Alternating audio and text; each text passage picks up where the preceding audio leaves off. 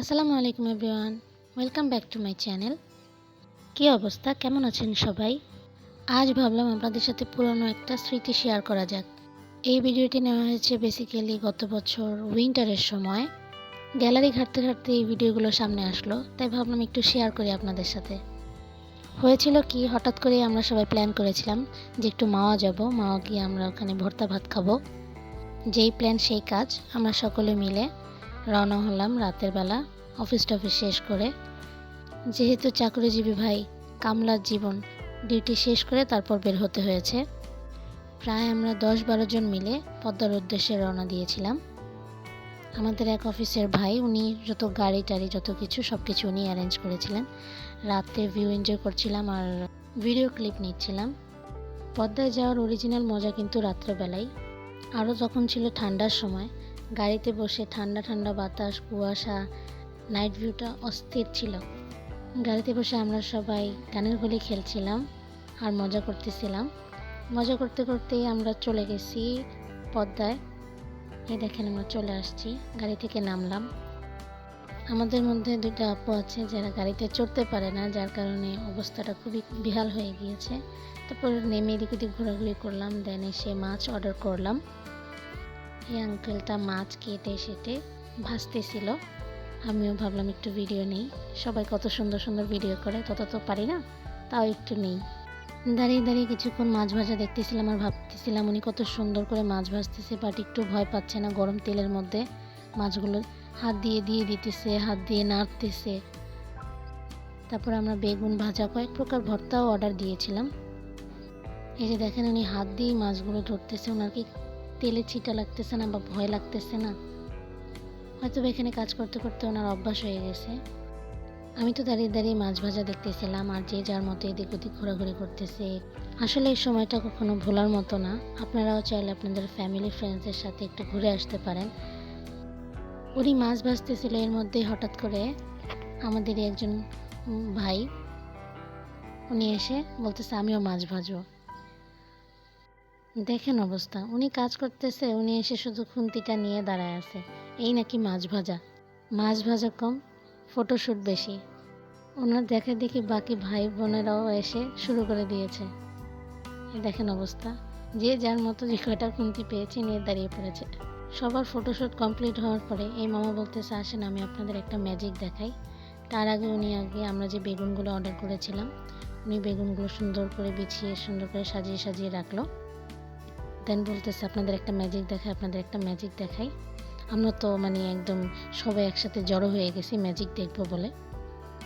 কি ম্যাজিক দেখাবে, কি ম্যাজিক দেখাবে। এই যে দেখেন ভিডিও করতেছি, কতবার সামনে দিয়ে এই মেয়েটা গেল আর আসলো। ও হচ্ছে আমার কলিগ, ও সবসময় এমন করেই লাগে। যাক বাদ দেই। দেখেন মামা ম্যাজিক দেখাতে গিয়ে ম্যাজিকটা ভালো করে দেখাতে পারেনি। সে সম্পূর্ণ চেষ্টা করেছে, বাট হয়ে ওঠেনি।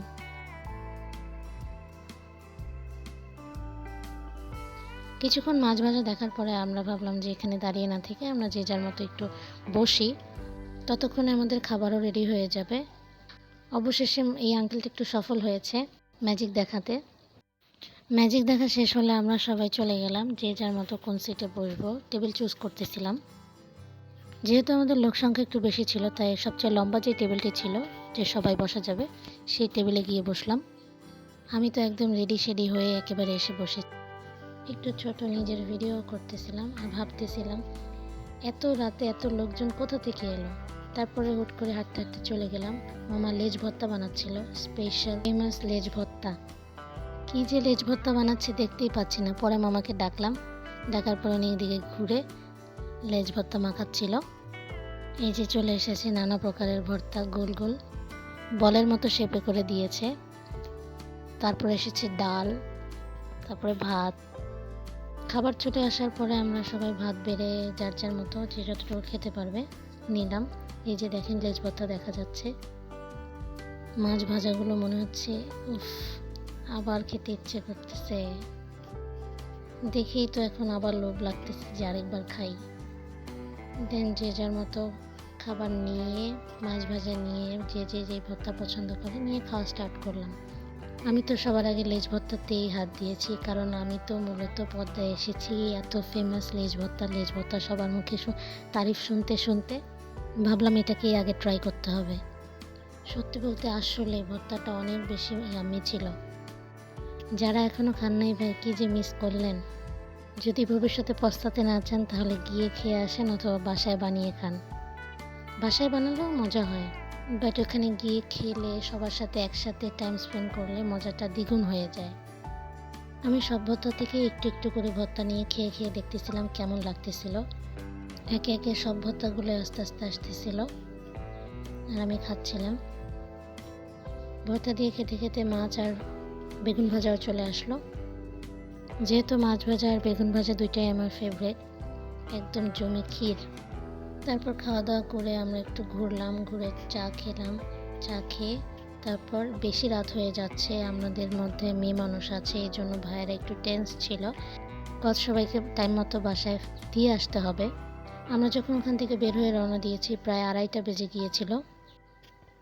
বিশ্বাস করেন ভাই, এত কুয়াশা ঢাকা শহরে দেখাই যায় না। সামনের গাড়িটা পর্যন্ত ঠিক মতো দেখা যাচ্ছিল না, এত বেশি কুয়াশা হয়েছিল আর প্রচণ্ড ঠান্ডাও ছিল। আমার ভিডিওগুলো যদি আপনাদের ভালো লেগে থাকে তাহলে আমার চ্যানেলটিকে সাবস্ক্রাইব করবেন, বেল আইকনে ক্লিক করবেন। ডেসক্রিপশনে ফেসবুকের লিঙ্ক দেওয়া থাকবে, আপনারা চাইলে আমার পেজটিকেও লাইক করতে পারেন। এই তো আজকের ভিডিও এই পর্যন্ত। আল্লাহ হাফেজ।